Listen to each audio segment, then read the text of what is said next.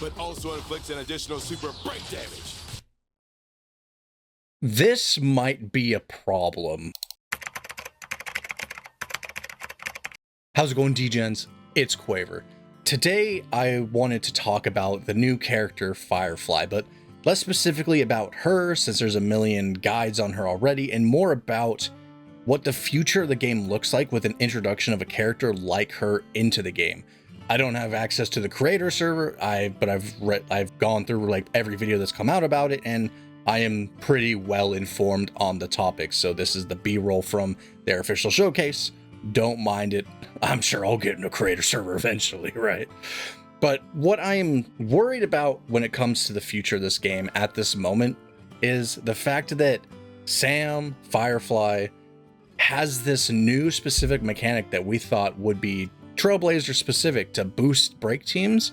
It's now built into her kit, and now we're getting sets that are coming out that also function into the specific new style of doing damage, which is the super break. And as cool as it is that we are getting these specific things, it's also a bit worrisome about how we're going down more of a path of niches compared to paths and specifically the weaknesses now. Now, that sounds weird coming from a character that's weakness break, right?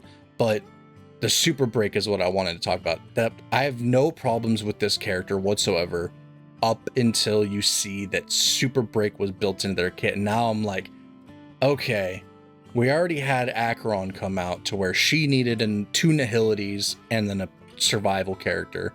And now we have Sam, Firefly, out that needs Ruan Mei. Like, it's not an option. You need Ruan Mei. You lose 50% of your damage without her, and that's like not even an exaggeration. If you don't run Mei, you're making a mistake. But also that second slot now is picked up by Harmony Trailblazer to enhance super break even more. Because if you're not taking advantage of a mechanic that's built into a character, what exactly are you doing with that character? It doesn't really make sense. And the reason that this almost worries me, that it does worry me, is just because we've had this meta built up of, you know, crit DPS, even dual DPS from like EO was like really big into that. And I've also participated, and I think dual DPS is really fun. All of these centered around universal supports that everyone has had or had a chance to pick up or has built over years.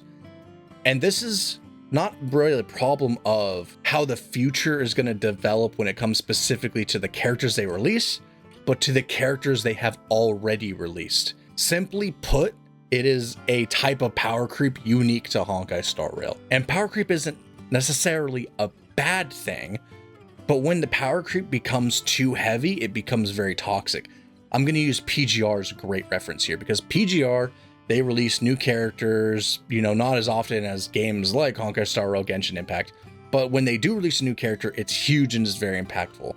If they release a new Ice DPS tomorrow, the current Queen Ice DPS character, which is Lucia, I believe, in that game, she goes out the window. Every bit of resource, every memory you put on her, all of the resonance skill that you put into her, every single piece, and it takes a long time to build a character in that game. Everything about her just becomes practically worthless on a meta aspect. You are not going to be able to keep up. It is the equivalence of them bringing out a new character and shooting the old character in the foot. That's it. They go to a crawl. It's bad. But in Honkai Star Rail, the game has power creep, but it was never so direct and so intense. Like before Acheron came out, you could still use characters like even like Argenti to fully clear content. And that can still be the case, but when we see these niches coming out, these niches building, and these niches becoming so prevalent in not just a team niche, but a character niche that you have to build a specific team around to where they're locked into it and cannot be flexible around it, they're going to have to start building content around that as well. Otherwise, what was the point of you pulling that niche? They can't sell that niche to you. So we're probably going to see a lot more things that can be weakness broken, but have a really thick toughness bar to where you can only get through them with Sam's inherent like weakness break with Ruan Mei's enhanced toughness break reduction. And if you don't have that, you're going to be struggling to keep up, and it's going to feel really bad. Now you could say that before it was also feeling kind of bad if you didn't have the newest crit DPS, but honestly, even from day one, even though Sele is power crept now beyond belief, she's not good anymore, I'm sorry, but even she can still 3-star content, completely clear through the content, because the game hasn't introduced too many bosses or enemies that specifically needs a niche to counter them. They still offer to be defeated in multiple ways, and luckily we haven't gotten to that point yet in the game to where that's going to be a problem, but it might become later, and that's just what I'm currently worried about at the moment, where the game is going to head, because I really thought it was going to be going in a direction more of you have a team comp that is niche, but you're still flexible. A good example of this is like DOT comp. Like, you want Ratio, you want Adventuring, you want Topaz, you want another generic support in there, or dual DPS support in there, but you can completely flex around.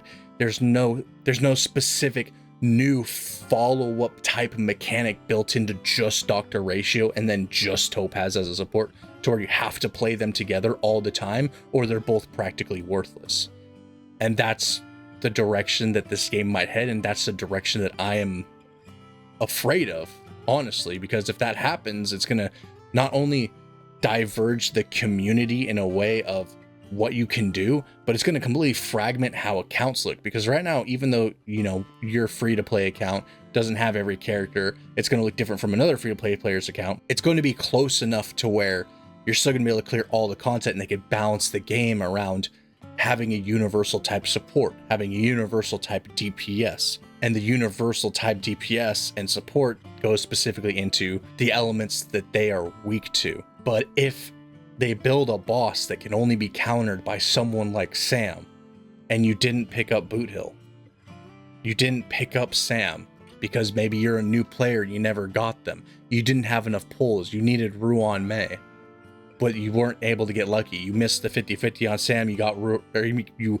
missed the 50-50 on Boot Hill, you got Ruan Mei with the guarantee, you missed the 50-50 on Sam, and now you don't have any Jades and you're screwed. They ever bring out a character that needs this niche to help sell the banner even more, than it's already going to sell it crazy because of Firefly. But if this happens, then the way that they fragment the community is going to be more intense than even before with the small power creep. So the entire idea that I have around this, the entire worry that I have around this, is that power creep, the gap between power creep is currently small, and them creating specific new balance and them creating specific new mechanical niches in specific characters only is going to widen that gap a little bit. But then the next one comes out and it's a little wider, and it's a little wider, and it's a little wider. And then they're going to have to release something like Dendro to bring everyone back together. Or in years' time, we're going to be so divided and fragmented, it's going to be hard to balance what endgame content is, because the diversity of accounts is going to be so massive that they couldn't possibly account for all of it. And that's really what my worry is at the moment. But it could just be me over-analyzing, me being over-worried about it. I'm still extremely excited for her. She's going to be so freaking cool. And I'm absolutely going to be dropping every single Jade I have. We're going to E6 her. That's going to be a whole video. I'm thinking about doing it live. Who knows what's going to happen? Make sure you check that out. It's going to be insanely cool, and we're going to have a great time. But anyways, that's just my thoughts on the situation. The whole super break built into her kit, super cool. She works with Trailblazer. She works with Ruan Mei, also super cool. But the slightly not cool part of it is that more than works with, it's more like depends on them. And that's basically my message TLDR for you that just wanted to skip to the end of the little section. But anyways, thank you guys so much for watching this little rant. I very much appreciate it. Please like, comment, subscribe, hit notification bell, do all that good stuff, and I will see you all in the next video. Peace.